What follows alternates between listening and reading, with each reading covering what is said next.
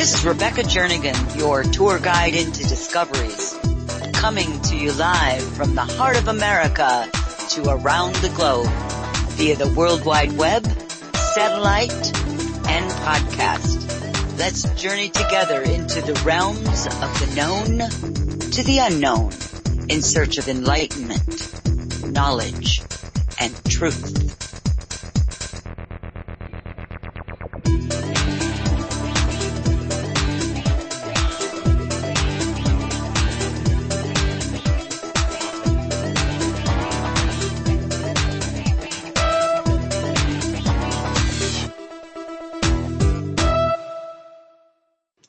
All right. Well, thank you so much. We were all a little confused, but anyway, good morning, good afternoon, and good evening wherever you are on this beautiful planet Earth. This is your host, Rebecca Jernigan, and you are listening to Journeys with Rebecca right here on wolfspiritradio.com, also being simulcast on Revolution Radio at freedomslips.com, both Studio A and B. So welcome, everyone.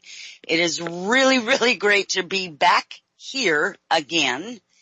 And I want to welcome all of you. Some are new, some are familiar, and this is an exciting night. As some of you may have known, I was supposed to have started last week, but due to the passing of my brother, we held it off for a week. And I want to say thank you to all those wonderful people for, first of all, for your sentiments, the beautiful cards and emails that I got in regards to the passing of my brother. Such compassion and love, and for that, I thank you. Take a deep breath now. So I have a few more announcements before bringing on my guest, and you will all know him because he has been here before, and we've done quite a few shows with him. He's a lovely man. But right now I want to remember that both stations, Wolf Spirit Radio and Freedom Slips, are totally listener supported. So any donations really make a great difference. It allows all the wonderful show hosts and their guests to continue to provide the best and latest information. And of course, it's not mainstream, so it's all good. So if you can, $1, $5, whatever you can donate, all of it helps. And thank you in regards to that.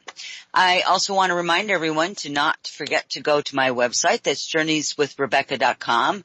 There you can check out the archives and the upcoming guest and their topics, any classes or workshops that I'm offering, as well as setting an appointment for your reading. And on the left side, you can always sign up for the free newsletter. It's free, it's confidential, and it's on the left sidebar on each page that you visit at journeyswithrebecca.com. And now, there's a lot more to say, but right now we're going to get to my guest, Tobias Biharel. I think I said that wrong. I know I did, as a matter of fact, and he'll correct me here in just a minute. And tonight we are exploring the mystical side of a psychic, time-traveling, alien communicating healer and exorcist. That was a mouthful. This is going to be an open and personal conversation as Tobias delves into the deeper parts of who he is and what he actually does every day.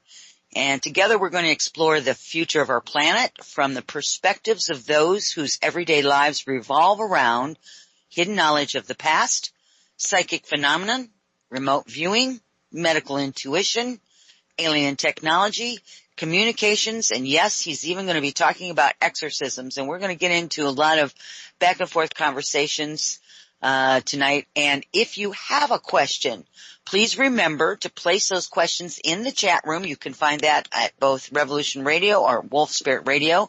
Make sure that those questions are all in caps so that those can be posted and we can answer those right here for you tonight on the air. Thank you all again for being here. I am just absolutely so excited to be back on my Monday night time slot. And again, I cannot thank Mr. JP enough for holding the light in the fort for me until I was able and capable of coming back on a consistent basis. So thank you, JP, for all your love and your kindness, sweetheart, and your support in this. I was just about out of juice. I was just like, please, no one more show. And so it's really, it's like I've been holding my breath for 3-4, how long has it been? It's like 4 years now. It's been about 3 years. It's been about 3 years. God. Yeah. Since I got sick. So yeah. Thank you, my friend. My heart, My heart, I just love you. Well, somebody's got to do it. You know, there we are. We're here on the other side of something quite magnificent, you know, is building again. Oh, yeah. Nothing And that's short what of we're magnificence. talking about tonight, too. So this is going to be fun, right? Fabulous. And, yeah, it's nice to hear you, brother. So, I will step back, and, go and make some tea and, allow you to, have your show. A well-deserved night of going and sitting back and listening for a change and drinking your tea. I love it. Thank you. Oh, Tobias, welcome. Thank you, Rebecca. Thanks. It's good to be here again. It is good, isn't it? It is really good. It's good to be heard. It's good to talk, and it's good to get all this information out there. And it's just fabulous. We've had kind of a crazy day. As now NC is still carrying on. So I don't feel disappointed that my crazy day is still not, you know, that it cleared up and it's all smooth, because otherwise I really wouldn't know what to do. So. Well, you know, you don't really expect normal when you've been in this world for a few years. So, what can we do about it, right? Well, so here's what, you know, I've said for years. So welcome to the new normal. This is the new normal. There is no consistency with it, right? There's no business as usual. There's no, making plans, and those plans you can follow through without having some kind of a blip in the screen on it, right? Yeah. Well, it's really interesting because people are redefining normal. They really are, because, not only that, but they're trying to figure out what's not real in a lot of ways, right? So, I mean, that's part of the subject that you and I have been sort of discussing in little ways recently. The fact that there's so much information. There's so much information available on all these subjects on the, you know, on the internet, on radio, television, and any of these social networks. And it's such an abundance of information that in many cases people don't know what's what anymore. They just don't know what's going on. The energies themselves are, because it is new. It's all new. The energy is new. It's not like we're revisiting an ancient past. What we are is in a different time, in a different space, in a different place in space. And I've talked about that now for about a year, you know, that it's really here. We are sitting in literally new energy. And none of us have any points of reference as to how this works, because there is no history behind it. Mm-hmm. I like that. Vanessa says consistently inconsistent. Very right. Exactly. It is. It's exactly right. Right. People have a hard time with that, because what we want, I think deep down, most of us want stability. And it's so hard in light of everything that we're just discussing there. It's hard to feel stability, right?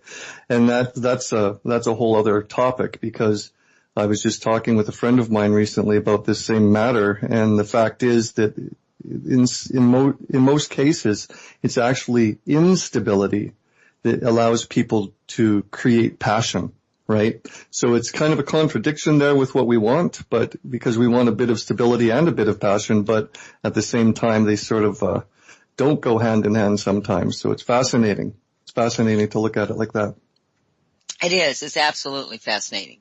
So let's get back to the topics at hand a little bit, because I promised you and I promised myself that we wouldn't get too far off the beaten path, although it will take on its own kind of formula, as it were, because it is what it is. I mean, we aren't canned. This is all going to be right off the cuff, but we are going to have a conversation. And so let's talk a little bit about Tobias for a little bit. And before I do that, we have an announcement that Tobias and I will be making tonight. And at some point we'll get into that, but we're going to leave that for a little bit, because what we want to do is really get into the idea of exploring the mystical side of a psychic, time-traveling, alien communicating healer exorcist. So, as all of that is being said, we had an amazing session yesterday. Yes. Which gets right into the time traveling, alien communicating, psychic awareness, and mystical healing and communication, right? Mm-hmm. The only thing it didn't explore was the exorcism part of it, which we're going to talk about that. You will. You're going to talk about that specifically. Mm-hmm. So I want to get back to the topic for a minute and then tie this in and let you run with it. We were talking about things being not the way that we remember them. In other words, the new normal. Things don't work like we thought they should. We can make plans, and those plans usually get changed or certainly rerouted, right? No matter what we're doing. So I do a past life, a timeline class in which I take people back. Well, they take themselves back. I just lead them to the door and they walk through that door. That door is up to them to walk through, right? In regards to getting into touch with another timeline, whether it be on this planet or not on this planet, of something that they need to be aware of, they need to work on, they need to heal, they need to recognize. It can be a trauma thing, it can be not a trauma thing, it can be an informational trip. And without exception, everybody in that attended that class had some very unique, not of this earth, so to speak, experience where they went, what they discovered about themselves, what they discovered about who they are and what they're made of and what they need to do, including yourself. Yes. So start there. Well, it sort of goes back into the sort of the title of tonight's show. I mean, the things talking about time traveling and psychic abilities and remote viewing and all of these things, exorcism, angels, demons, aliens, all of these things. They sound so phenomenal to most people. Now, granted, obviously there's people all over the world that are familiar with these topics and have their own experiences every day. But the larger part of the population, honestly, can have a hard time connecting with any of that, even as a reality. And I think that's because so much has been lost through time, or, all of these different reasons where we can't remember things ourselves. And in so many cases, people don't have the direct experiences themselves, right?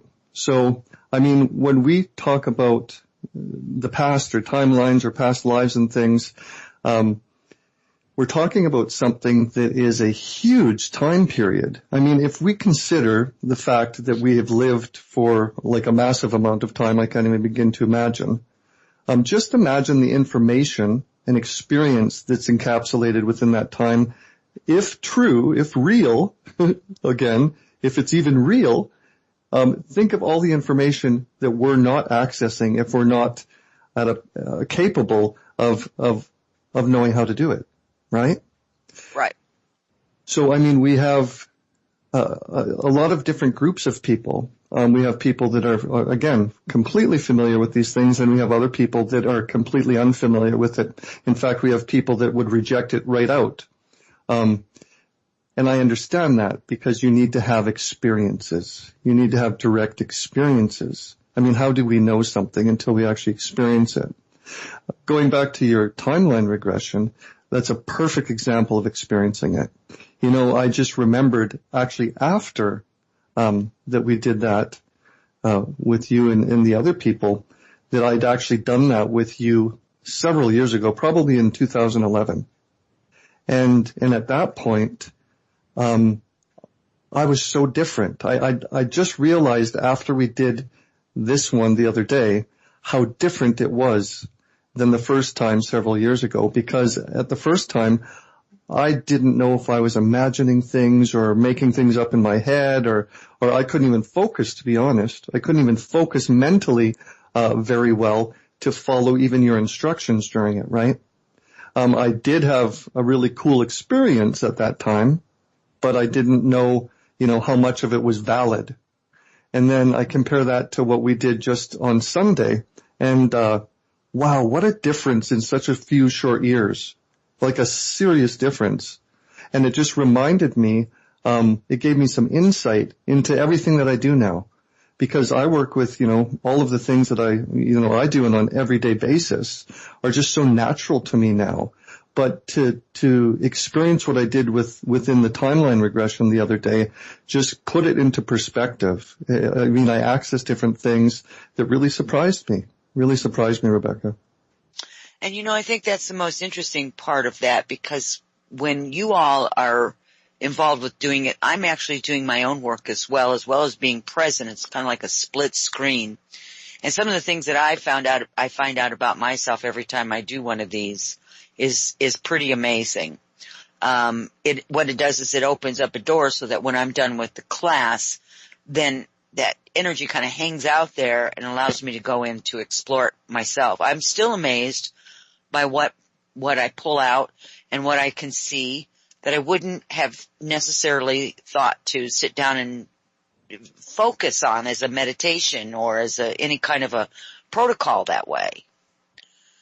And that's what's really neat, not only just about my classes, but about anybody that does classes like that allows for that kind of exploration within themselves, so that, because the journey is always from within. It's always from within. Always. So, yeah. and then I want to talk to you about the session that I had with you. Mm-hmm. And I think this was about a week or so ago, a week and a half ago. Mm-hmm. And not only was it about, and you can talk about this more completely, I'm just going to kind of highlight a few things, and then you can kind of fill in the blanks.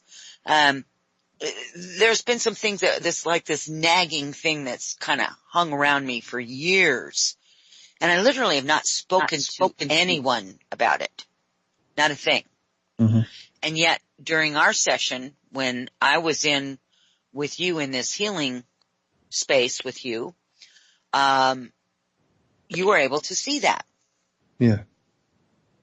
And you put a name to it, and you put a description to it. And I thought, well, okay then, how special is this? Mm-hmm. That's really special.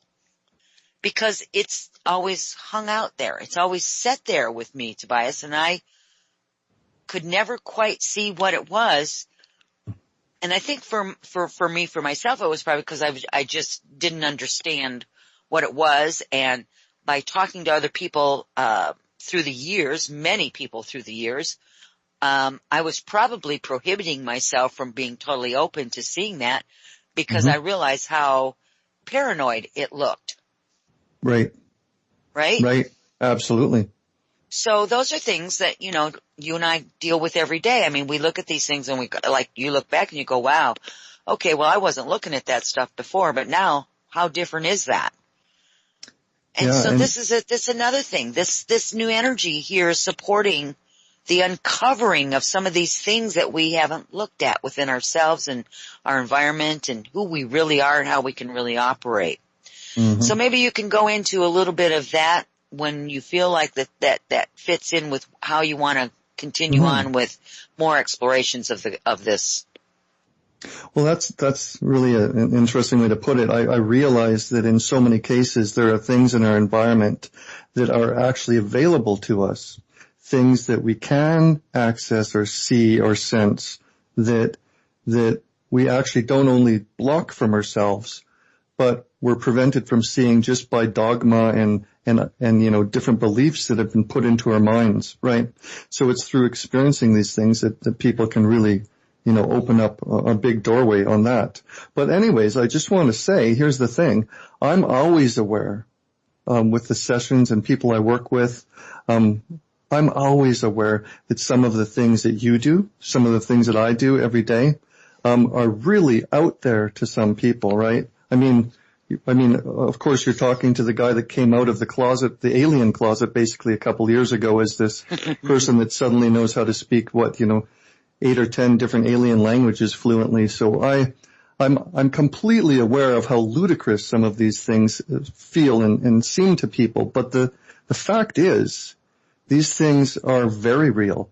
And when you get sort of immersed through the gateway into this world, I mean, you start opening up to so many things and senses within yourself. So, I mean, what I did with you is sort of the culmination of years and years of practice and experience and research that I've done through that alien language gateway, right? So, I mean, people really don't really understand what it is I do unless they've actually been, party to the things, been in sessions with me or something, then they're like, oh wow, this is interesting. This has nothing to do with languages.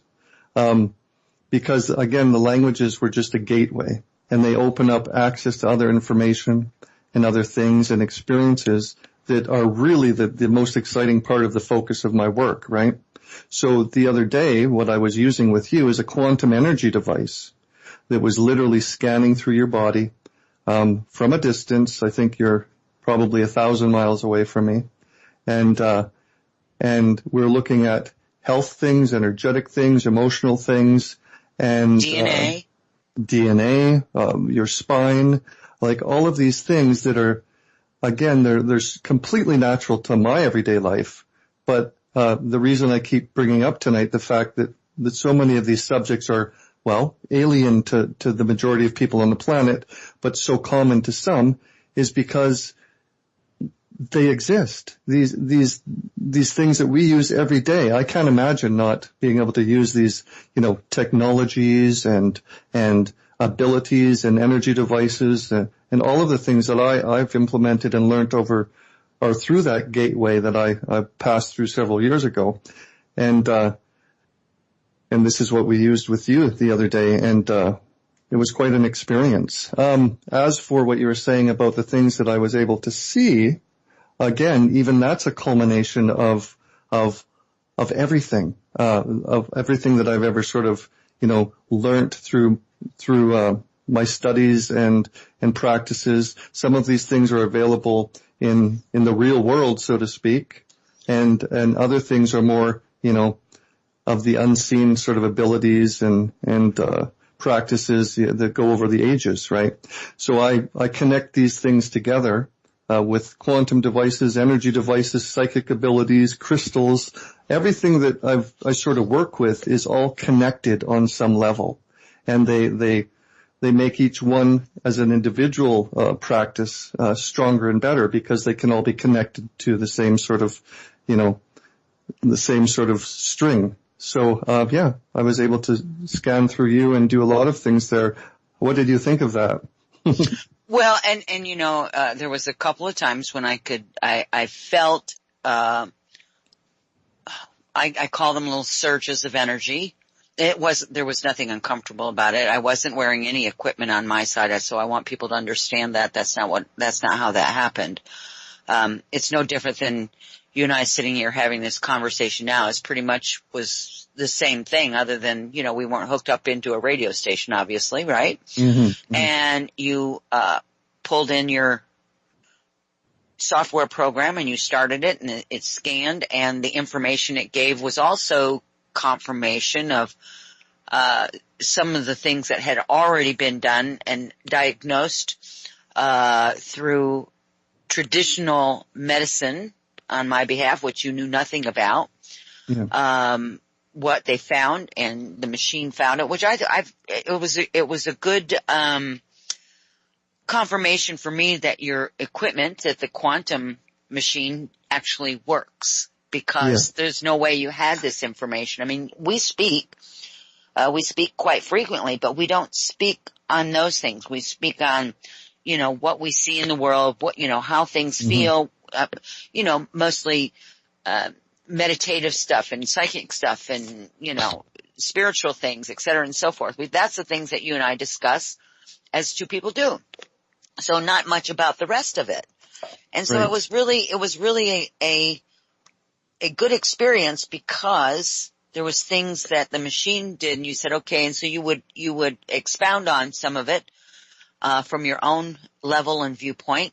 And those are the things that really tied it all in. So not only did it just talk about the nuts and bolts of things, there was also the psychic intuitive side of you that was also being brought in. And I think that's where it becomes more of a whole thing and not just a piecemealing it out, because it is a whole thing. And we've said that, I've said it. There's not one thing of us that's separate from another thing of us, whether we're talking about our mental state, our emotional state, our spiritual state, our physical state. One thing affects the other, because we're all inclusive. Yeah. We're not separate from any of those things. There's not one portion of us that's separate from the other portion, because then we would not be functional. That's not how we're designed. We're energetic beings. And so the quantum thing that you do is an energy thing. It's very cool. It's really interesting, because what you just related there is exactly what happens oftentimes in the world. They try to separate science from spiritual modalities, or science versus energy medicine. And I mean, there's so many people that feel, deep down or intuitively or even scientifically, I guess, they feel like there's something real to the energy healing and things like that, but they're pushed off of the path because they're made to feel silly, or there's, all a million different reasons. But I mean, and there's a lot of different modalities with the energy healing too, Reiki and other associated practices. But so often, because they're ridiculed or blocked or prevented from making a real impact because of various mechanisms within society or the so-called matrix, they make them feel silly. So they end up doing one of two things. They accept the limitations and they do as much as they can, or they give up the practices entirely and then go towards more accepted practices that are familiar in the world, right?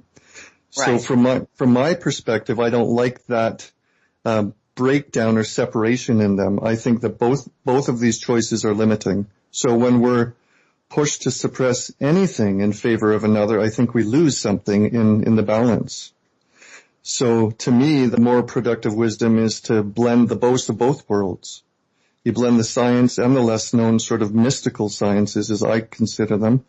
And that's when we really begin to see progress and new ways of taking back, the things that again, most of the world probably refers to as mystical or pretend or fantasy, right? Right. So I embrace all of these things outside the accepted paradigms, and it takes courage. It takes courage for any of us to look at these things, right? Again, I know that because I came out of the alien closet, as I said, with the languages. I know it takes courage. It really does.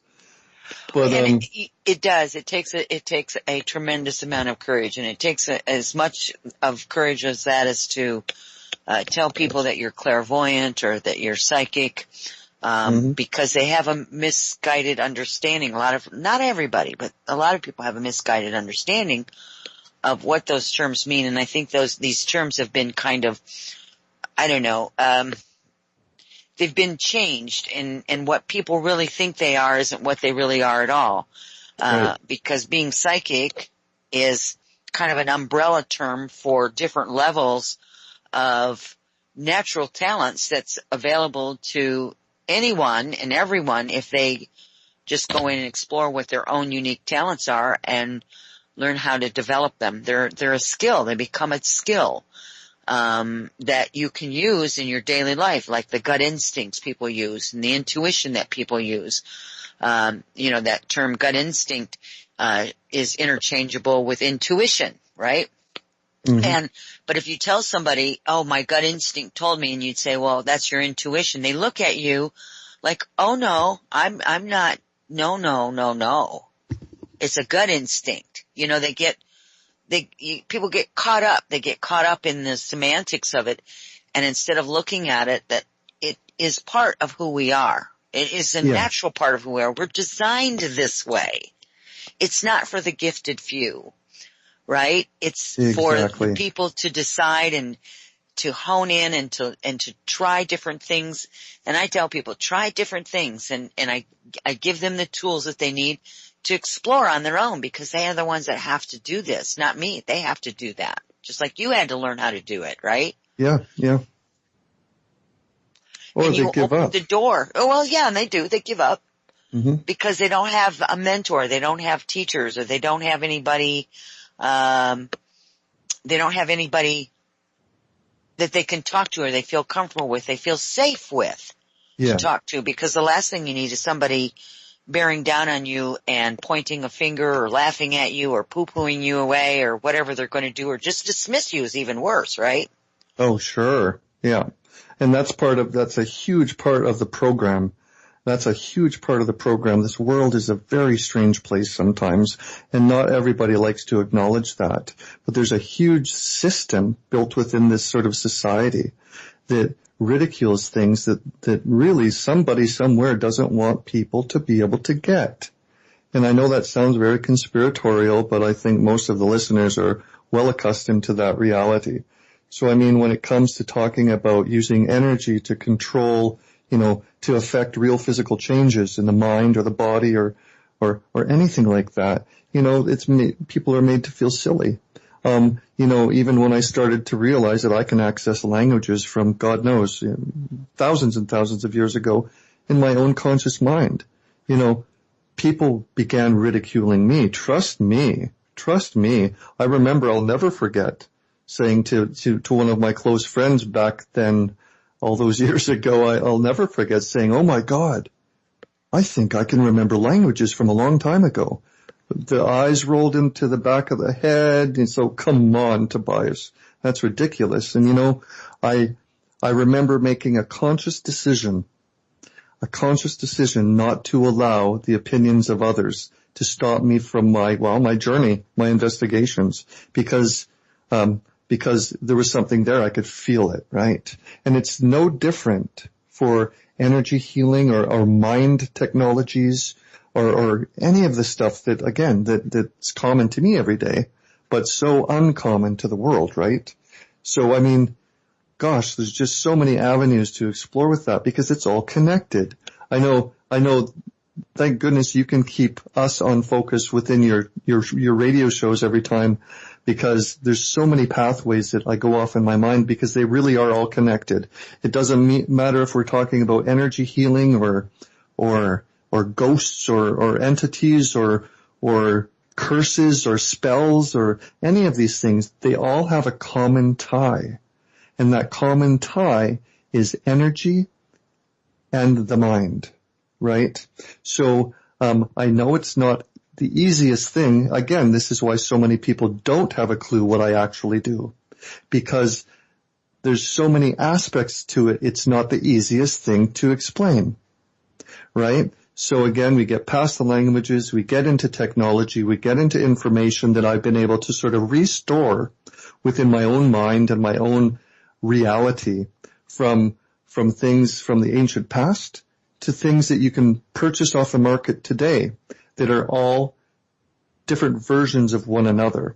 So what I used with you the other day is a quantum energy device that is literally connected through software on a computer that has thousands of naturopathic and medicine types of medicine. It has information integrated into the software that cross-references diseases, illnesses, germs, viruses, worms, all of these crazy things that the medical reality deals with.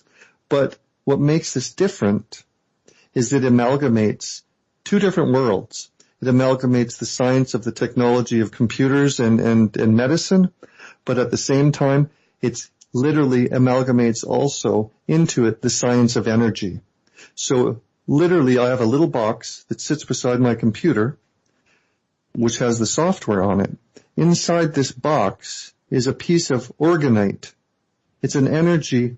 Most people know what organite is. It's something that gives off energy, chi energy, or gathers chi energy at least. This organite is literally integrated into the circuitry that's plugged into the wall and plugged into the computer. What does that mean? That means that we've taken a modern device, a computer, and we've literally plugged it into the quantum energy field.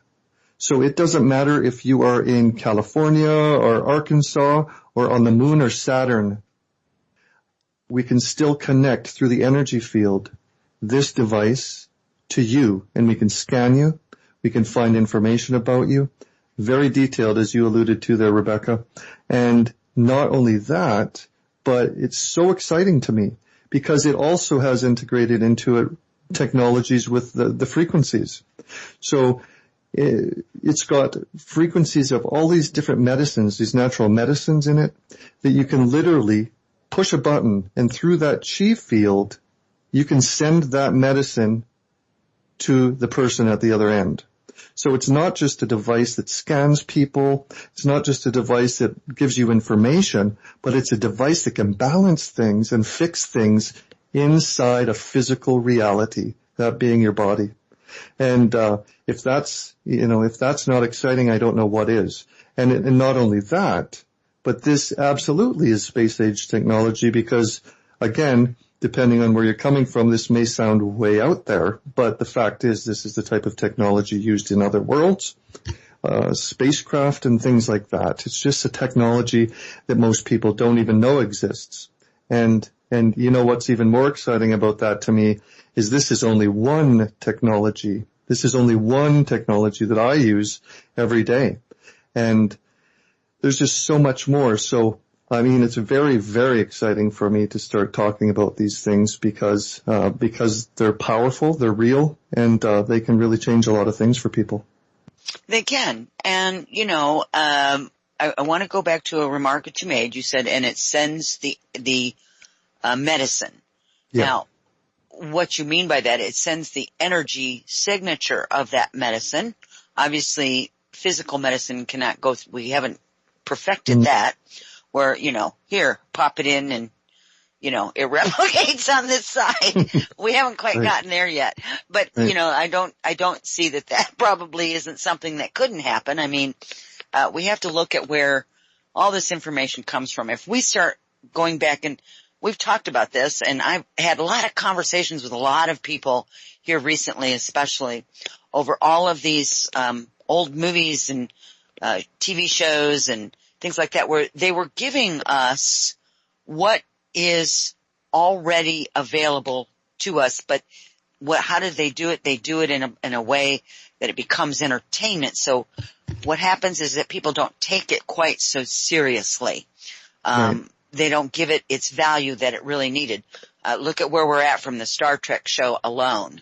I mean, anybody that has ever watched a Star Trek, seen the communicators and the little scan that they did for the healing to diagnose people and et cetera and so forth. All that stuff is available. All of it's available.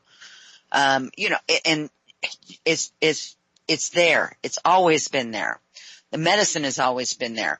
But what happens is Western medicine, what we call Western medicine, the pharmaceutical companies and the traditionally trained medical doctors have become more than those that work with the natural energies and the natural holistic medicines of plants, as I've said before, we're biological beings, and when we put synthetics in us, it's not a healthy thing to do. Sometimes we have to do it, but it should only be a temporary measure until you can either A, fix it, or B, find something that can help cure it, not just treat a symptom, but to cure whatever it is that's going on.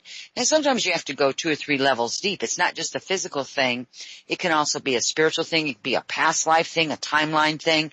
There are so many reasons for what we call illness or disease or sickness, right?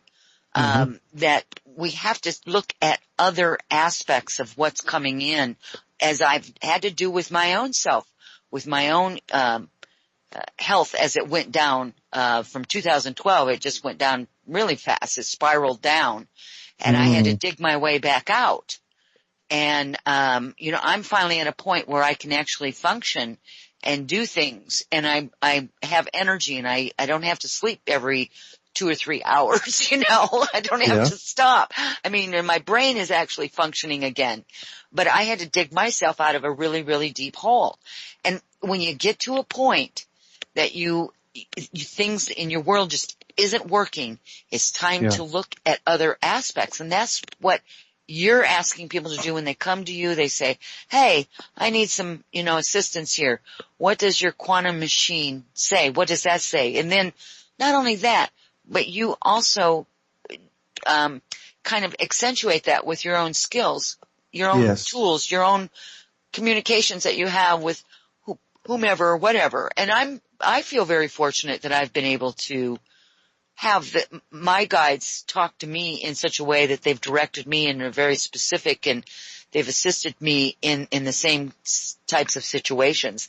Certainly not the way that yours does, because you have that quantum machine and you have that, I don't know, that link up into the whole physicality of a human being on all levels when when you have them, on the phone with you, when they're in a session with you. So it's amazing what we can do.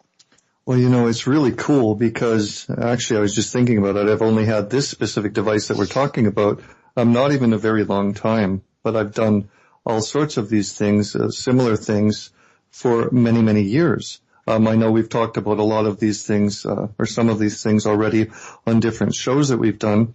But I mean, I was doing very similar things with a quartz crystal in my hand linked to my brain, and then scanning people remotely with my mind. Now, I mean, now I can not only do that with a computer, but I can also connect through the same system. Again, these things are linked the way they work. I connect my mind through the energy field of the crystal. It amplifies it. I link it to the machine, and there you've got two things that are like exponentially powerful and helpful, right? So not only is the computer giving me information, but I'm seeing things in my mind through scanning remotely, and certainly that's part of the effect that you experienced the other day, because the computer didn't specifically pick up what you alluded to.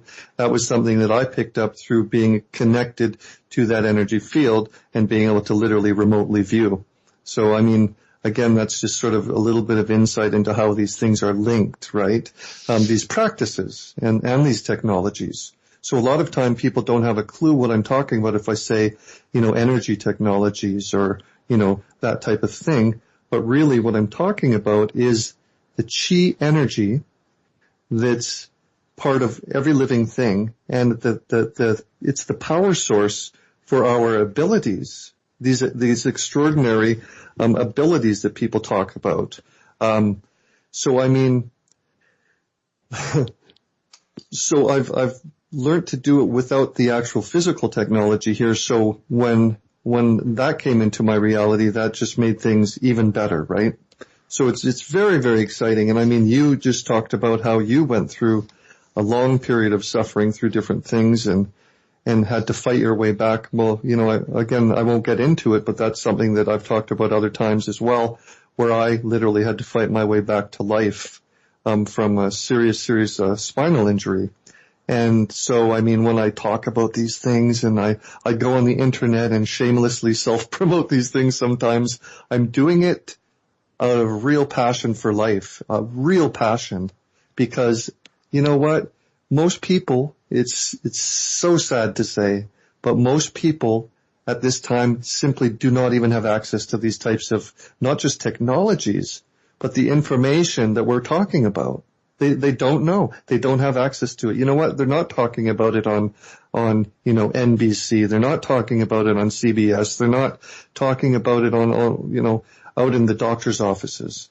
These are things that are not quirky, silly, new age, quasi-spiritual things. These are physical, real things.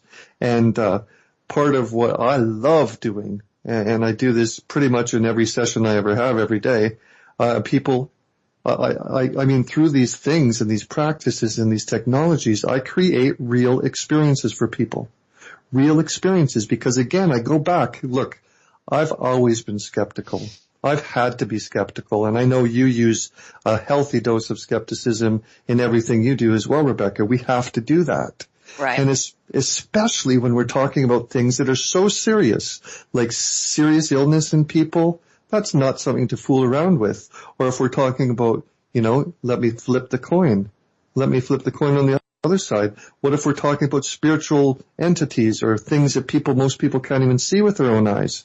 That's some serious stuff. Like, sure, I mean, I kind of, make fun of the little title, the, alien speaking exorcist, but the truth is these are very, very serious issues, both health and those types of things that affect a lot of people.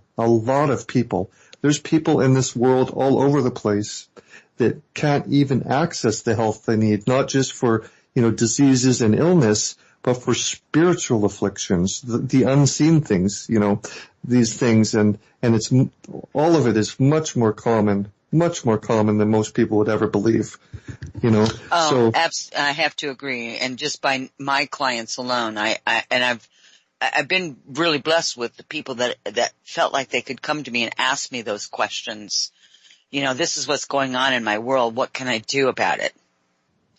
Yes. And then they feel comfortable enough because it's like, I can't talk to my sister, my mother, my father, my brother about this, or my next door neighbor, because they don't understand what it is that I can see. Yes. And I mean, the fact that most of the world doesn't understand how it's even possible, doesn't mean it's not real. It simply means that most of the world is not educated on the technologies, on the abilities of the mind, the power of the mind. So let's talk a little bit about, let's talk about, because you've used the word a lot here tonight, is alien. You've used the word alien. You've talked about your languages. So I've had you on before you even started doing the ET languages, I think is what you used to call them, right? The ET languages. Mm-hmm. And then I had you on and we did a couple of shows on the ET languages. And these ET languages is what's allowed you to access information that would not have been available to you if you had not opened the door to that. If you had not dismissed it. If you had dismissed it, you would not you would not be who you are today, right? I'd have been toast, absolutely. So every step builds on the step before. Everything that you do is a building and you get more complete picture of more puzzle pieces to your own picture, right? Mm-hmm. And, I talk about puzzle pieces a lot because I think that's what we're trying to do. All of us is trying to take that piece of a puzzle and put it in there and go, I see where that fits now. It doesn't have to make sense to anybody else, but it makes sense to your puzzle that you're working on, which is an internal puzzle, how you view the world, how you operate in it, how you operate within yourself. Yeah. So these ET languages, that's still something that I know that you hold very near and dear to your heart. And, at some point we'll get back into talking about those a little bit. But one of the things that I want you to kind of clarify for the audience, another terminology you threw out tonight was exorcism. So let's talk a little bit about your definition and how exorcisms work in your world, in Tobias's world. Sure, I'd be glad to. That's one of the things in my work that is it's among the most humbling work that I do because, I just alluded to briefly there that there's so many people that experience these types of things in the world that have to hide it as best they can from the other people in their lives. Of course, that's not always an easy thing to do neither, depending on the degree of what's happening, but. Or healthy. Or healthy, exactly. But the fact is there's a lot of targeted people targeted different ways in this world. Sometimes it can be technology from different groups and organizations. There's a lot of things out there that people use against people. And then you get into the other aspect of it, which is spiritual, interdimensional, entity type things that are doing the targeting on people, right? Again, it's a subject that is very uncomfortable for a lot of people. A lot of people don't even want to hear the first word about it because they would prefer to not deal with it almost too much for them. And I respect that. But in my world, I like to be as aware of as many things as I can because otherwise I feel vulnerable, right? So I don't like to feel vulnerable. So that's why I've sort of gone through the years and tried to learn all of these associated types of things. Again, even with exorcisms, even with interdimensional things or entities, it's still again connected even to the technologies and the practices that we've already talked about tonight. Because you need to understand energy, you need to understand this sort of unseen things, the things that most people actually can't sense or don't consciously sense, right? So yes, I have a lot of people around the world that sort of migrate my way, that have been having these issues, that don't have an easy time getting help with them, right? It's such a humbling thing, because usually when people get to my doorstep, there's a magic number. There's an average. Most of them will say, I've been through 35 different healers or different, practitioners of this and that. I've spent a fortune. And you know what? They've never been able to help me. And, that alone tells me, my God, not only have these people suffered tremendously, but it's just a hard thing to access. So just like the technology, I don't even know who I would call up if I needed an exorcist for myself, right? So, yes, these people come to me, and we look at things. I look at things in much the same way as remote viewing, that I did on you the other day. And a lot of these things come up from, alien things to entities, interdimensional things, the most crazy things you could ever imagine come up, on an ongoing basis in some of these sessions. It's fascinating.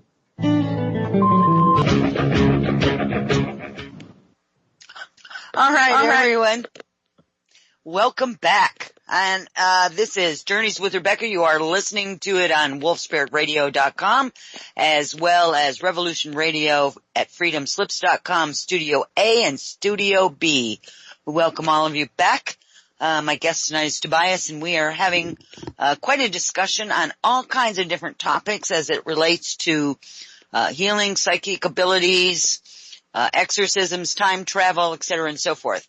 So, Tobias, welcome back. Thank you, Rebecca. Couple things that I want to take this time. First, there's a couple questions. Well, there's a question and a comment that I want to address, but I also want to, you told everyone that you had an announcement to make, so I'm going to lead off with that here at the top of the second hour that we're in. And we talked a little bit, and I've expressed it a little bit, that I had some medical issues over the past few years, and I still have an occasional day or two where I just am not with the program. And on those days, Tobias will be co-hosting the shows for me, and I'm just excited about that. So we've left JP off the hook yet again. I can see him wiping his brow and going, woo, cool. I ran out of words, Rebecca. I say it a lot, but, men are supposed to say about like 2,000 words a day. Women are supposed to say about 10,000, right? And so I'm more of a solitary guy, so I speak like about a fifth of that. So, doing a show, it uses up all my words for the week. I can only do two 1 hour shows or something like that, or 1 2 hour show. So I've already done that on Sunday. So blown the whole wad, and I've got nothing left. So I've had to often I've just said, okay, universe, you've put me here, deliver unto me a guest, and it happened. It would happen. Well, there you go. People would come. But it's been edgy. I have to say, it's been edgy sometimes. Well, I know you've done a lot of years of that, JP, so it's really kind of cool. It's really nice for me to be able to support everything that you've both done, and to support you, Rebecca, going forward. If there's anything I can do, for sure I'm going to try to do it, because I've always appreciated the information and the access you have to a lot of different things with your shows. It's just a real privilege to be able to sit in and guest host for you, when you're not able to make it. So thank you for that. Look forward to it. Well, thank you for, wow, what a beautiful way of saying that. Thank you so much from the bottom of my heart. All right, so that's the big announcement, guys. So that's cool, and I'm extremely grateful to both JP and Tobias. So without you both, I don't know what I would do. I would miss you guys. I really would yeah. So I'm gonna stop there because you can feel that little emotional bug coming up, and boy, I can feel the tears welling up in your, yeah, in your I get that easily. Yeah. I'm not apologizing for it, but okay. So here was a question that I missed. It came in earlier in the night. I hope that the listener is still on. And it was a question that said China banned time travel and went after Falun Gong practitioners who practice a form of Tai Chi called Wuzhigong. It is claimed that if one practices Wuzhigong, that one can alter time travel. Have either of you heard about this? And actually, that is so interesting because I have. It was just a little short piece that came in one of my days where I was just kind of perusing, and one thing led to another, and I thought, well, now how interesting. I wonder what's so threatening about this particular form of Tai Chi, Wuzhigong, I think it's pronounced. I'm not quite sure. I'm not Chinese, so I really don't know. That they would say that it altered time or time travel. I just think that's fascinating. And I'd like to put that on my list of things to do some more research on, and maybe find somebody to come on and speak about that if anybody has the knowledge of that. But that would seem like a really cool topic to get into as to why and what this particular Tai Chi method is so scary to the Chinese government. I think it's very fascinating. So yes, I have, in a very small manner. How about yourself, Tobias? Have you heard anything about it? It's very interesting because a long time ago, I may have been a little bit of a part of a magazine in Vancouver and may have done a little bit of an interview with people from the Falun Gong. And I do know a little bit about it, nothing specific to them though. But I think it's really fascinating how this relates to the things that we've already talked about in the first hour tonight. And here's why. Because whether it's the healing devices or the chi field or the way we connect psychically and mentally through these processes to different things, or remote viewing, or even what we were talking about before the break with exorcisms and interdimensional things, it's the same type of thing. When you and when I participated in your class the other day, that was the thing that jumped out. The fact that I was not going to, a memory of a past life for myself, even though it's a timeline integration, and that was sort of probably the purpose for it. I didn't really do that. I literally found myself projecting my mind, and I projected into a place that I found that I had forgotten about, and gained a lot of valuable insight and information into just the way my own mind works. But my point here is really this. When you're able to connect to your subconscious, when you're able to use the energies and the faculties that are associated with the psychic phenomenon across the board, you will understand that when people say there is really no time the way you see it is actually very true. So even in the title of tonight's show, I alluded to time traveling. Well, this is the reason why.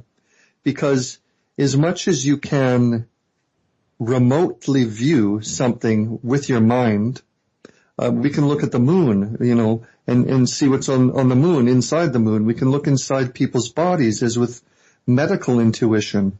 And we can find the most incredible information within the body without even being near the person, or let alone using a device or a machine. So the fact is, when we can do such incredible things with our minds when they're healthy and working properly, it's not a stretch to realize that you can project your mind into the future. You can project your mind into the past. And I'll tell you a tiny little bit of a story here, because I just did this not too long ago. I was working with a client. Actually, it was a friend of mine rather than an actual client session. And he asked a simple question. He said, what, can you see me in the future? Can you see me in the future? Like, I don't know what I'm doing. I need sort of some guidance. And so I literally, I just imagined, I did what I do. I opened up my mind and I sort of put the information there, that I was going to look at the future, and instantly I get a return. And it was fascinating because the return I got was an older version of this friend of mine. And as I relayed a bit of information that I understood from what I was seeing, the person in the so-called future turned his head and looked right at me. And it was just something that, again, reminded me, this is not a figment of my imagination. This is not a figment of fantasy. This person is a future person, a reality somewhere. And this person, not only did I find them, but they turned their head and they recognized that I was there in a very real way. And I'll tell you another example, and it's funny because this is the same person that I was doing this with. He asked me one night if I could possibly connect to his timeless self, to his higher self, and get some information. And I mean, I said, I can try to do that. I don't know how to do everything, but I certainly am willing to try a lot of things. So let's see what happens. So I mentally connected to this concept of his higher or timeless self. And almost instantly I had a man in front of me. This is not physically in front of me. This literally is in my head. I see this clear picture of this man in my head right in front of me, three-dimensionally. And he's wearing a tight two-tone blue space-like suit. There's a logo on the front of it. And he's just beaming me this specific type of energy. And he didn't say anything. He didn't talk. He just smiled at me. And, a few minutes went by and he was just beaming me this energy. In fact, I know it sounds kind of cheesy, but the type of energy he was beaming me was actually a feeling of love, like a strong love energy. So I was trying to sort of, get him to say something instead of just beam energy and try to get some information from it. Finally, after a few minutes, I said, okay, thank you. I'm going to talk to, my friend here who's on video in front of me. And I said to him, look, this is what was happening the last few minutes. And as soon as I said it, my friend says, oh my God, he said, just a minute, I'll be right back. And he walked away and he came back to the camera with a, like a 12-inch by 8-inch drawing in full color of the man that I was just talking or communicating with, so to speak. And he said, I just drew this last week. I was trying to draw my higher self and I put my face on it. It was the exact same spacesuit. It had the logo on the front. It was blue. Everything about it was the same person. So this is just another example of these interdimensional, misunderstood, sort of sometimes to people fantasy things that are a lot more than fantasy. They're a lot more than projecting to a different place or a different time or projecting, your thoughts or your focus. These are very, very, very significantly real things. And the reason I love so much to talk about these things, I love to talk about these things because people need to understand. They need these experiences. They need something to hang on to so that they can create these types of experiences for themselves.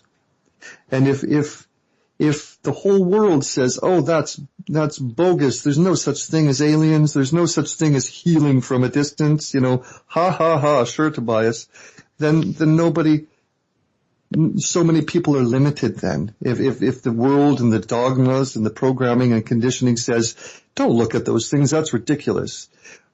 I live these things every single day. And so do so many people around the world. And so do so many people I work with. And it just bears so much value, especially when the things we're talking about are not to do with, it's not like we're creating bad things. We're actually learning and using things that are extremely helpful in healing, in dealing with things that make our faculties more powerful, and more healthy and more normal.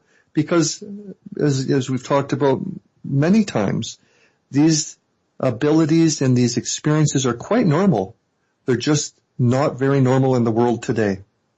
There's been so many things that have sort of, polluted our minds and polluted our bodies and, toxified things that it's a lot more work to get to the point where you can access these things or use them or make them even better or stronger, right? I'm not saying that I can do everything. No way.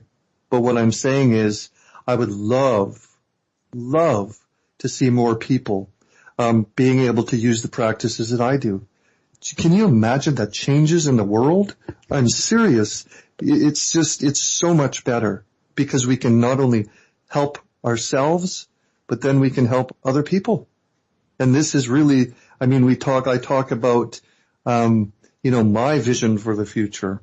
Well, this is my vision for the future because we can make things a lot better.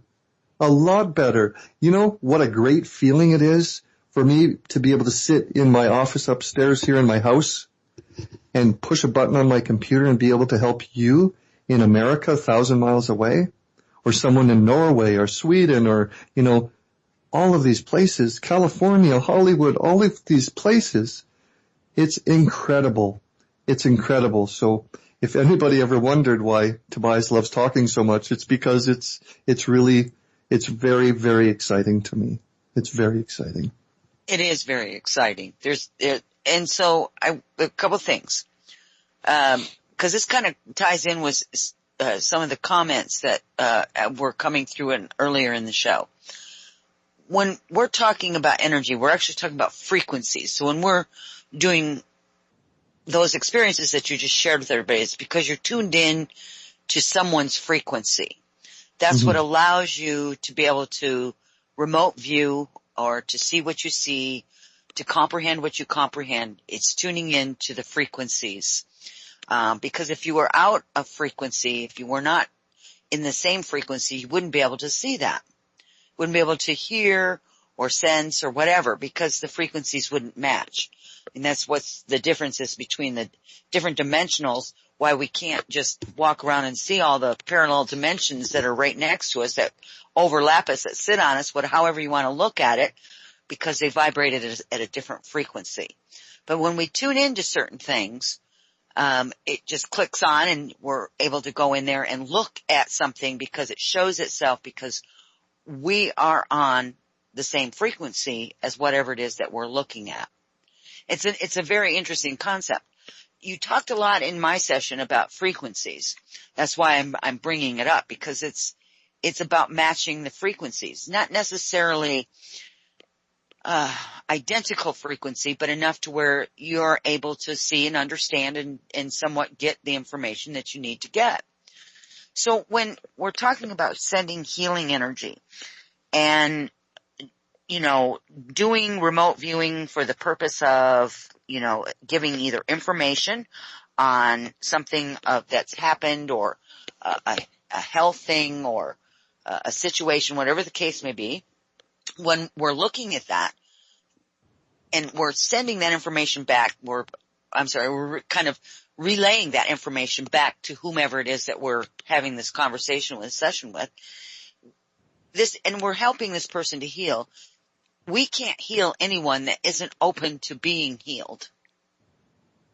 And normally what happens, Tobias, when you and I or anybody else that is in the same line of work have somebody that comes forward to them, they're looking to have somebody assist them to open the door so they can heal themselves by accepting this wave of energy, this frequency, whatever it is, and they're willing to be healed. They want to be healed, right? Mm-hmm. So it's a codependency in that sense, but not if there is. We are all here to support each other and to assist each other. Not one person can do it all by themselves, right? What you're doing when you send somebody information back, when you relay information back, is you're giving them a tool. You're explaining to them, this is how this is working, and this is what I'm doing, and this is what I saw, and this is how you can access it. you're giving them tools, and they themselves are allowing them those tools to become a part of their kind of repertoire, if it were, right? Their modus operatus, so that they're able to get in there and start helping themselves, and that in turn helps them to grow, and who knows who they're going to touch along the way. This is about raising the frequency, the vibration of the human existence. And the reason why most people, the mainstream people, don't necessarily look at any of these things, because they're so very busy doing. They're on a very specific time schedule, that they're married to a clock and a schedule, a routine, a job, so much so that they don't take time out just to be themselves. It's about doing. I have to go to work. I have to come home. I have to fix dinner. I have to stop at the cleaners. I have to pick up the kids. I have to do this. I have to do that. I do. Right? Mm-hmm. Where is the time there that is spent not being part of that race, of that rat race, so to speak, where they just sit back and they go, for right now, I'm going to meditate. I'm going to put my feet up. I'm going to meditate. I'm going to put some nice music on, or not have music. And I'm really going to get involved with myself. How can I be more consciously aware and still get up in the morning and have to go and do my job? I mean, not everybody can just quit their job and not just sit around and meditate, right? What a world that would be, right? Yep. But they can begin to add some things into their life that makes their life more rewarding than just that paycheck at the end of the week or the end of the month, and how many baubles or toys or things that they can buy or pay on time or whatever the case may be, right? I mean, that's the way this was structured. It was structured.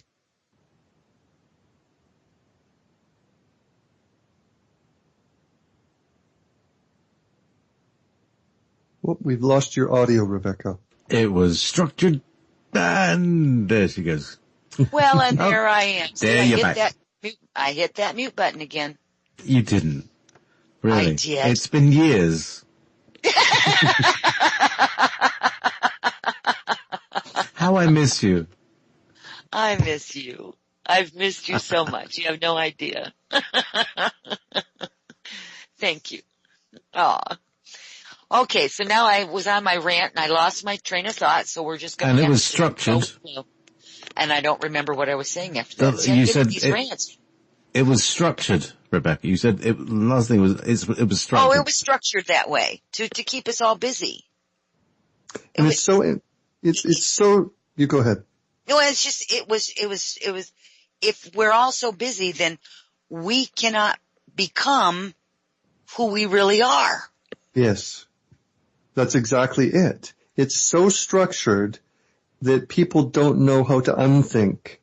And so, I mean, even in the practices, your practice, Rebecca, and my practice, I know that this is a common theme, a common thing that comes up. People often say, well, I want to do these things. I want to get more strong at these things and see these things more clearly. And people often, they're like, how can I use my mind? You know, how can I see something? And so they meditate and they do these different wonderful practices that are very important. But even then it's very challenging sometimes for them to recognize what they're supposed to be doing during that time. So what you're talking about, structured, everything's structured, sometimes we have to take apart that structure, and instead during a meditation, instead of using our brain, we need to turn our brain off. Right? We need to destructure things a little bit. And I mean, that's certainly the truth. I mean, it's a big deal. You know, I just want to sort of go into a deeper level with that, relating to meditation. With meditation, there's a couple of different types of, a couple of different aspects to meditation. There's a relaxation meditation, and then there's an informational meditation, right? So it's very important that we train our bodies and our minds to slow down, train our thoughts to slow down and clear our heads. Now that's a relaxation meditation, right? That's that type of practice. But that's not the ultimate goal with meditation. The ultimate goal is to be relaxed so that your body and mind can heal and experience that energy in that environment so that you can then start hearing and receiving information about anything that you wish to hear about or connect to. That is really the ultimate goal. And I find in our world today, a lot of people are missing the second part of that, right? And even that goes into all of the things that we've discussed tonight. The energy, the technologies, the practices, the chi field, interdimensional, quantum devices. Because when we can calm our minds, then we can take our focus, as you were just alluding to, we can take our focus and apply it to anything at a distance, anything that we can conceive of within our mind. We can actually reach out with a thought and wrap around and sort of grab and connect to just with our mind. And then you get into that mode, you get into that headspace that I'm sort of just alluded to there with meditation, where you're calm, quiet, you've quieted your thoughts so you can actually listen and observe. And then information starts seeping into you. So this is what the psychic phenomenon is, and everything related to it. This is sort of a little bit of the mechanisms through which it works. And I love to be able to connect it to the technologies and the energy fields, because here's the thing. I mean, even the quantum device that we've been talking about that I used with you the other day, that doesn't just work on health issues, physical issues. These types of energies, these types of devices and frequencies can be set to literally enhance your mind, right? So I mean, we can certainly do that in a lot of different ways. I can do that with a crystal in my hand. I can adjust literally the frequency in somebody's brain waves. And that's not just me thinking, oh, that would be so cool and it sounds so great. I know that that's a science and that's been established. Not well publicized, but it's certainly been established scientifically. I can take a quantum device and I can send a frequency that's the perfect match. It's a perfect scan to a naturopathic remedy. Everything has a frequency. The chair I'm sitting in, the eye drops, the ginger medicine or ginger tea, they've all got a frequency that can be recorded. You take that frequency, you put it into a software that's connected to the energy field, and then you can transmit like a radio frequency, like a radio station.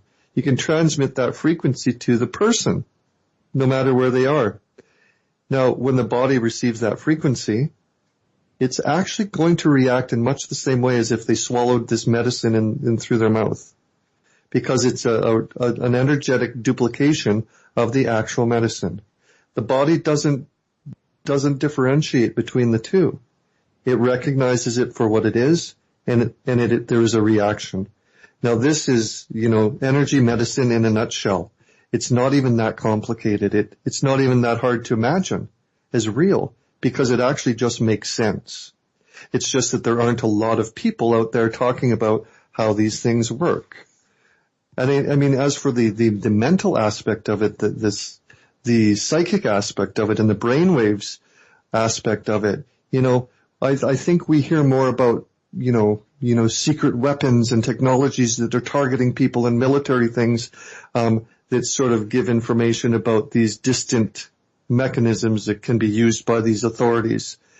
We hear about that more than we hear about the same types of technologies that are being used for good purposes by people like me, right? So I can take any number of different energy devices, physical ones, different ones even in different dimensions, to be honest.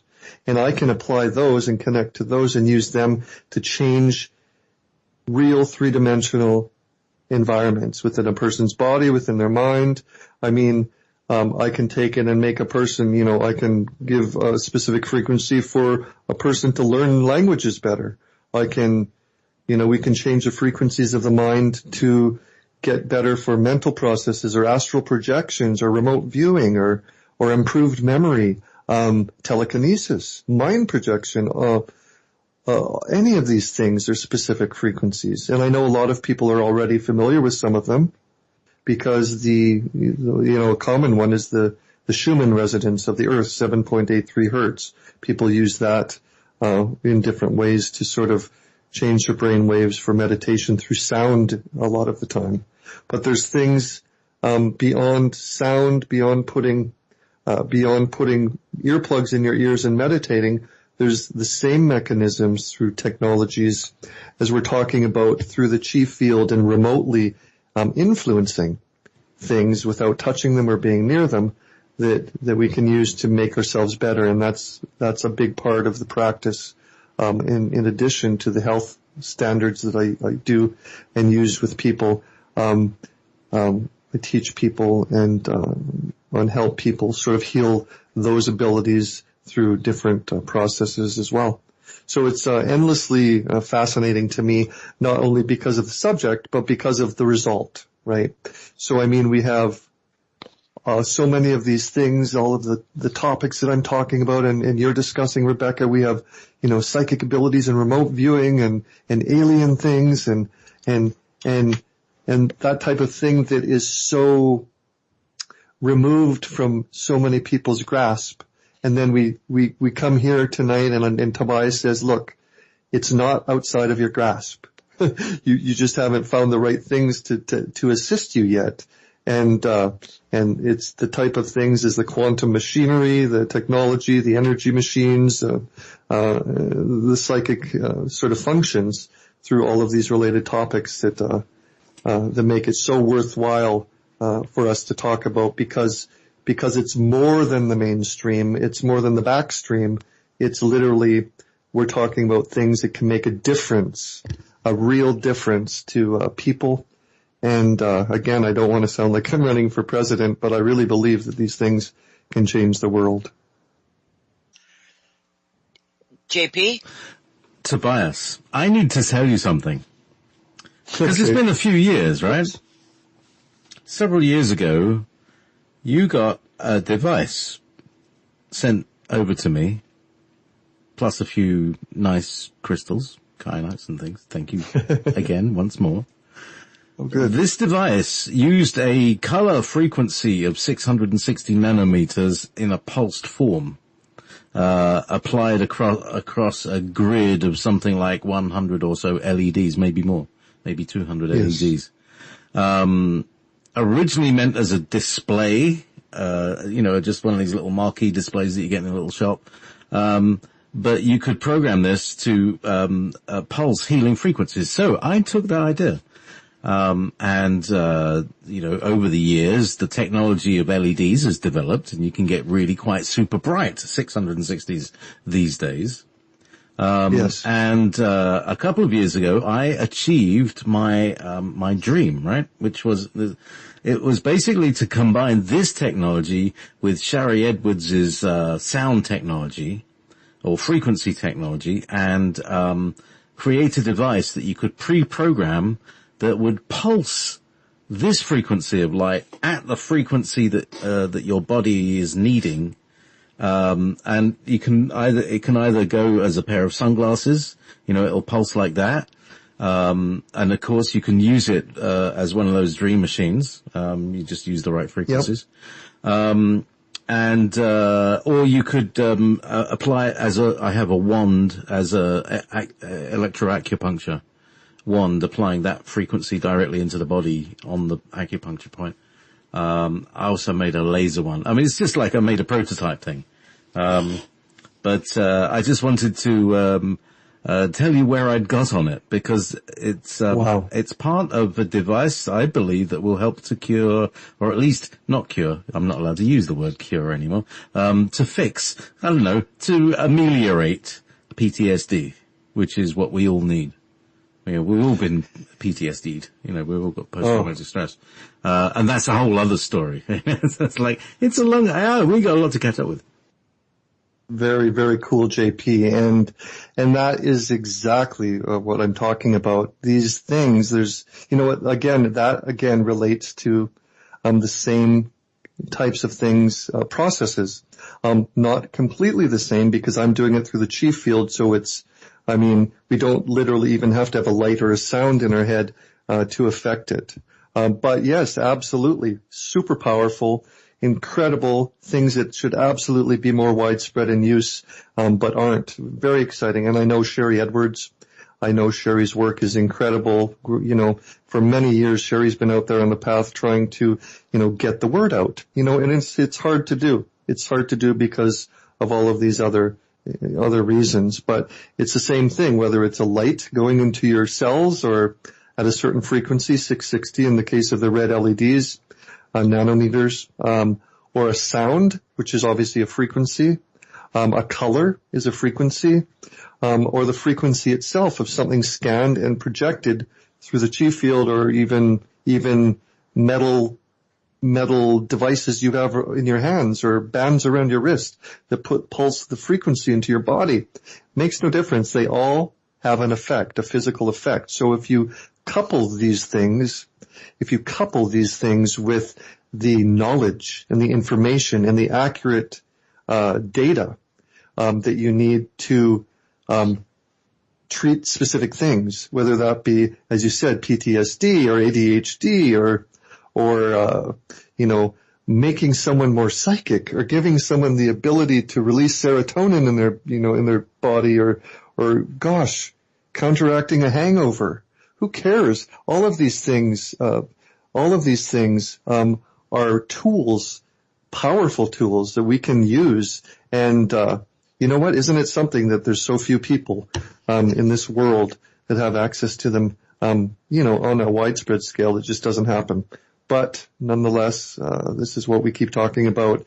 And this is exactly the reason why, you know, I do everything I do. It's so very, very, well, it's so gratifying to know that at least we're doing something.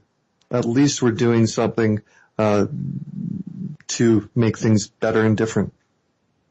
Well, my belief is that at some point that the scale will be more balanced of what we call Western medicine versus all other types of, we'll call it alternative medicine. It's not really alternative. It was here before the pharmaceuticals and, you know, the medical doctor thing and all the specialists and all of that.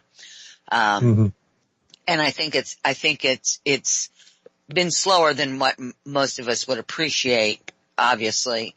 And I know JP will remember my guest, James Honeycutt. He was another one that was on my show. And he has the Clarius machine. He's the one that, come in and he's patented, medical and help devices that you plug into your wall. It helps with your EMF. It can help with sleep. It can help with, meditation. It help, you know, whatever you need, it can help with it. He's got a whole bunch of new devices out. He was on just last year. I had him on, when I was on Project Camelot for a short period of time. That can be seen on the YouTube channel, Project Camelot TV, my interview with, James Honeycutt, for people that might want to go and do some research on some of his technologies, healing technologies and health technologies, that he's patented as well. So these things are just all valuable. And, you know, when I first started out, doing all of my work, the work that I did, it started out with just using energy, just pure unadulterated energies. I began, adding, you know, crystals and different stones and stuff for different healing practices, you know, working with people in their auric field and their energy field and balancing them. You can get to the point where you can get really good. You get real sensitive to energy shifts and changes within the environment when you're working on someone. So it's an extremely valuable thing to do, because then you can also get good enough to where you kind of scan your own self. I still haven't perfected that, I can tell you that, but I still do. I still work on scanning myself to see where I'm at, and I can, if I feel things are not right, then I try to take steps, and I usually do most of that either when I'm taking a bath or just before I go to bed. I always plan on doing some kind of work on myself before I go to sleep. I call it work. It's not really work. It's joyful for me. It's second nature to me. Like, it's just become second nature. It's just something that I do. I think we'll begin to see more and more of these technologies come through, because we're also seeing technologies that are mirrored in, the regular world, which is solar panels, have been outdated and they've been replaced by different types of solar, apparatus, for alternative energy, what people can do to actually pull water out of the air so they can have water for places that are filled with drought. And these are all energy things that devices that don't use fossil fuels in order to work, right? Mm-hmm. So we're beginning to see more and more acceptance of alternative to the status quo. So as we look at the regular world out there, the world that operates out there and how we energize our houses and our cars and all of that, electric cars are become, even in the local Walmarts, they've got places where you go and plug in your car at, and live in a very, very remote little part of the country, right? And so, you've got all these places that have all these different things. Eco-friendly is another one. And they use things that save on using fossil fuels is more of a backup than it is the mainstay of either supplying lights or heat or cooling, depending on what's needed. It's good to see that it is making its way slowly to the surface, and we're seeing a little bit more of the alternative healing and health practitioners being given a little bit more credence. So the work that you do and the work that I do and JP and people like us, I think it's getting a little easier for people to reach out. They have more availability to research and to look at, I've tried this for this way so many years. What else is available to me? And there'll be things that will happen for them that will be more holistic, more natural, maybe even just energetics. So I'm hopeful for that, Tobias. I really am. I really, really am hopeful that this is really going to become more of the mainstay than the exception to the rule, for sure. Absolutely. Too slow, though. To do that it is slow because there's so many things. There really are things that oppose it. On so many levels. Like, here's the thing. Look, I spend, a little bit of time on Facebook and on social networks, shamelessly trying to self-promote information about these things. And you know what? People are absolutely desensitized to information because there's so much out there. And not only that, not only do they find it hard to know what to believe, or know what actually is different than, or more powerful information, so to speak, than just the other stuff that's floating around out there. Not only that, does that make it difficult, but the fact that the social networks, YouTube, Facebook, these companies, these networks, they are using algorithms that are suppressing information. For example, even for the show tonight, I put out, I think 1,600 invitations, and out of all 1,600, only about 250 people actually saw the invitation. And of course, then you have the statistics that a lot of people aren't interested or don't know if they'll make it. And so you have a very small number, a very reduced number based on algorithms, that are no coincidence. The algorithms to sort of suppress the amount of information that is free flowing, right? So I'm not talking about a conspiracy against, what we're talking about. I'm just saying the conspiracy is against freedom of flowing information. So when we can get onto Revolution Radio or Wolf Spirit Radio and actually have people that are listening to us talk about these things, it is a phenomenal feat. I really, really mean that. It's a big deal because this is not something that those that influence this world would have us do easily. So, I mean, it's a very, very exciting thing to me. And as I alluded to with you before the show tonight, Rebecca, it doesn't matter if there's, 2 people or 200,000 people, listening to what we're doing. I always approach it from the same perspective as if I'm on coast to coast with an audience of 10 million people. And I just appreciate it. I value it so much because this is what we've got to do. We've got to do this. We've got to. It's my passion. Yeah, and besides being your passion, it is your life in a sense. Yes. And I have to say that, it's more than a wonderful feeling. I don't even know if there's a word to express it. When you can live your passion, it's being part of your authentic self. You're showing who you are. You're out there, and that's the most valuable thing that you can do and to be is your authentic self. And as you grow, it becomes your more authentic self. The more pieces of your puzzle that you can figure out, the wider and the deeper that you can go, the more authentic you become with who you are in your life and the reality of what it really is. That's so exactly right and so nicely said. And I mean, here's the thing, and I relate this to people quite often. I say, look, I know we live in this world that is full of craziness. Some of the things that I work with and deal with are even crazier than most people want to look at. Trust me, I guarantee that. But the thing is, I still love what I do. I wake up every day with a good feeling in my soul and my heart.